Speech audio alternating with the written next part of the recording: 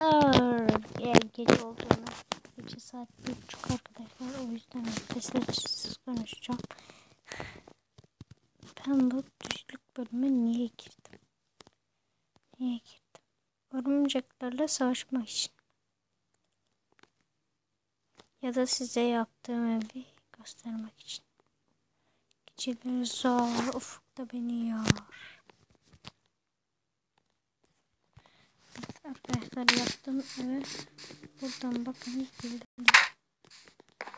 Burada bir görünümü var. Arkadaşlar. Böyle tarlaya gidiyor. İşte arkadaşlar çıkıyorsunuz. Ya ne kadar mı?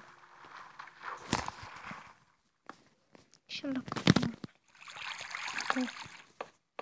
Orada tam da kurtulma.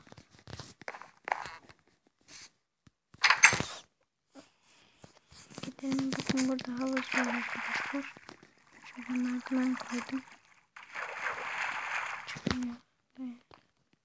Burada arkadaşlar atlama yeri var.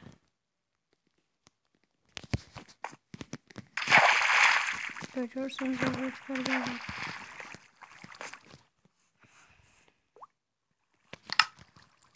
Bitiriş yapalım. Evet arkadaşlar bu video kısa oldu ya. Uzatmak için bir şey yapalım bunu.